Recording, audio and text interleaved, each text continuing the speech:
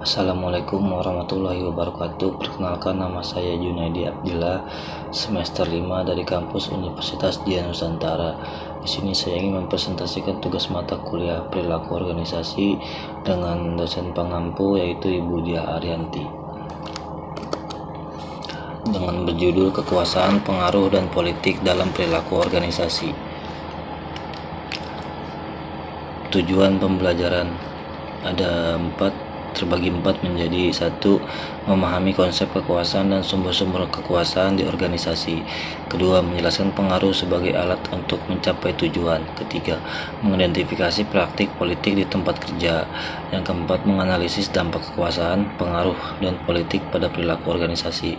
Selanjutnya yaitu definisi kekuasaan dalam organisasi menjadi dua, yaitu kekuasaan dan aspek penting. Kekuasaan ialah kemampuan seseorang atau kelompok untuk mempengaruhi perilaku orang lain dalam organisasi. Aspek terpenting ialah kekuasaan seringkali terhubung dengan posisi dan otoritas formal, namun juga bisa berasal dari faktor pribadi dan relasional.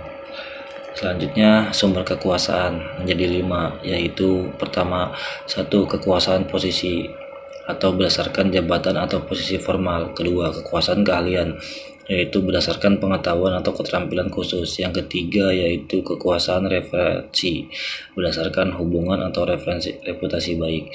Yang keempat, kekuasaan penghargaan, yaitu kemampuan memberikan penghargaan atau insentif. Yang kelima, kekuasaan hukum, yaitu kemampuan untuk memberikan hukum atau sanksi. Selanjutnya, pengaruh dalam organisasi. Pengaruh, kemampuan untuk mempengaruhi cara berpikir, merasa, dan bertindak orang lain tanpa otoritas formal. Teknik pengaruh yaitu persuasi rasional, pemanfaatan koneksi, pemberian pujian atau pengakuan, negosiasi, dan kompromi. Selanjutnya, konsep politik dalam organisasi, yaitu politik organisasi adalah tindakan dan taktik individu atau kelompok untuk meningkatkan kekuasaan dan keuntungan pribadi di tempat kerja. Alasan munculnya politik organisasi ialah kompetisi untuk sumber daya, ada struktur organisasi yang kompleks. Selanjutnya yaitu ambiguitas dalam aturan dan peran. Di slide sini saya ingin menjelaskan tentang taktik politik umum di organisasi menjadi 4 bagian. Yang pertama, networking atau membangun hubungan untuk mendapatkan dukungan. Yang kedua, menyusun aliansi adalah bergabung dengan individu atau kelompok lain untuk mencapai tujuan bersama. Manipulasi, yang ketiga, manipulasi informasi, mengontrol informasi untuk membentuk persepsi. Yang keempat, mengambil kredit, yaitu mengklaim hasil atau ide orang lain sebagai miliknya. Slide selanjutnya yaitu tentang dampak kekuasaan dan pengaruh politik dalam perilaku organisasi. Jadi 2, positif dan negatif. Yang positif adalah mendorong inovasi, mempercepat pengambilan keputusan, menciptakan motivasi. Yang negatif ialah munculnya konflik, kekurangan kepercayaan, berkurangnya moral karyawan, dan etika kerja tangguh.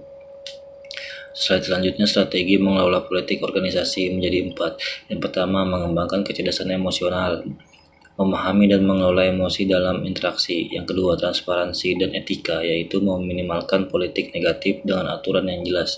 Yang ketiga, mendukung budaya kolaboratif, adalah memotivasi kerjasama daripada kompetisi berlebihan. Yang keempat, membangun komunikasi yang terbuka, mengurangi kesalahpahaman dan ketidakpercayaan. Slide selanjutnya yang terakhir, kesimpulan. Yang pertama ada kekuasaan. Kekuasaan adalah kemampuan mempengaruhi orang lain di organisasi dengan berbagai sumber seperti posisi, keahlian, dan hubungan. Yang kedua, pengaruh.